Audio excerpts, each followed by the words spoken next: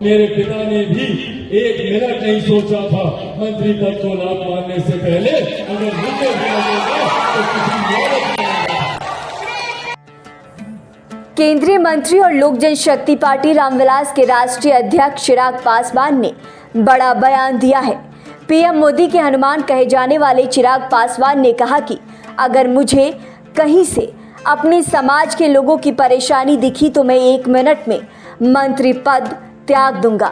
बीते सोमवार यानी कि 30 सितंबर को पटना के एसके मेमोरियल हॉल में पार्टी के SC/ST प्रकोष्ठ की ओर से आयोजित अभिनंदन समारोह में बतौर मुख्य अतिथि चिराग पासवान शामिल हुए। इस दौरान उन्होंने ये बयान दिया है। चिराग पासवान ने कहा कि चाहे मैं किसी भी गठबंधन से रहूं, किसी भी मंत्री पद पर रहूं, जिस दिन मुझे लगेगा कि संविधान के साथ और आरक्षण के साथ खिलवाड़ हो रहा है, मैं उसी वक्त मंत्री पद को लात मार दूंगा। जैसे मेरे पिता ने 1 मिनट में मंत्री पद त्याग दिया था, उसी तरह मैं भी 1 मिनट में मंत्री पद त्याग दूंगा। मंच से चिराग पासवान ने घोषणा करते हुए कहा कि 28 सितंबर को गांधी मैदान में पार्टी के स्थापना दिवस के मौके पर बड़ी रैली की जाएगी। कार्यक्रम को संबोधित करते हुए चिराग पासवान ने प्रधानमंत्री नरेंद्र मोदी की जमकर तारीफ की। उन्होंने कहा कि लेटरल एंट्री में आरक्षण के मामले में हमने पीएम मोदी को कहा कि ये गलत है और उन्होंने हमारी बात सुनी। क्रीमी लेयर के मामले पर भी प्रधानमंत्री ने कहा कि ये लागू नहीं होगा। चिराग पासवान ने कहा कि हम अपने समाज के लोगों के साथ हमेशा चलते रहेंगे, चाहे इसके लिए मेरा विरोध ही क्यों ना हो। कहा कि मैं अपने पिता के रास्ते पर चल रहा हूं, जिन्होंने हमें हमेशा अपने समाज को लेकर चलना सिखाया और जो हमेशा अपने समाज को लेकर चला और समाज के लिए लड़ाई लड़ी। चिराग ने इशारों में अपने चाचा पशुपति पारस पर भी हमला बोला है। उन्होंने कहा कि कुछ ऐसी मानसिकता के लोग हैं जो चिराग पासवान को तोड़ना चाहते हैं। चिराग पासवान अपने समाज को आगे बढ़ा रहा है, इसीलिए हमें समाप्त करना चाहते हैं।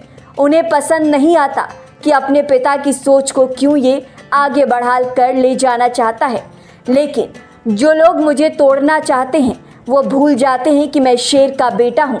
मैं किसी के सामने झुकने वाला नहीं हूँ, डरता तो मैं किसी से भी नहीं हूँ।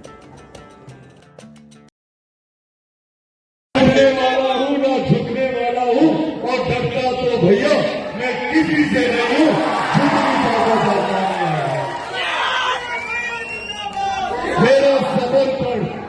मेरा समर्पण समाज के उस वर्ग के प्रति है जो आजादी के 75 साल के बाद भी मुख्य धारा के साथ नहीं जुड़ पाया।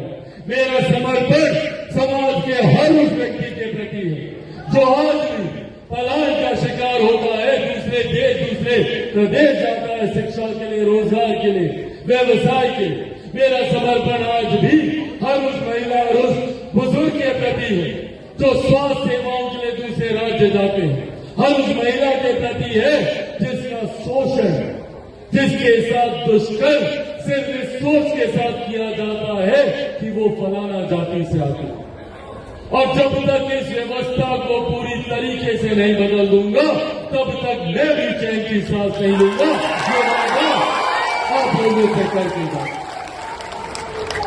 ऐसे में साथियों जरूरत है मुझे आप सबके साथ और आप सबके माध्यम से समाज के हर व्यक्ति के साथ भी जिन्होंने मेरे पिता पर विश्वास किया। मैं चाहता हूं कि जो लोग झूठ बोलने का काम करते हैं उस झूठ को हम लोग पर्दाफाश करते हैं।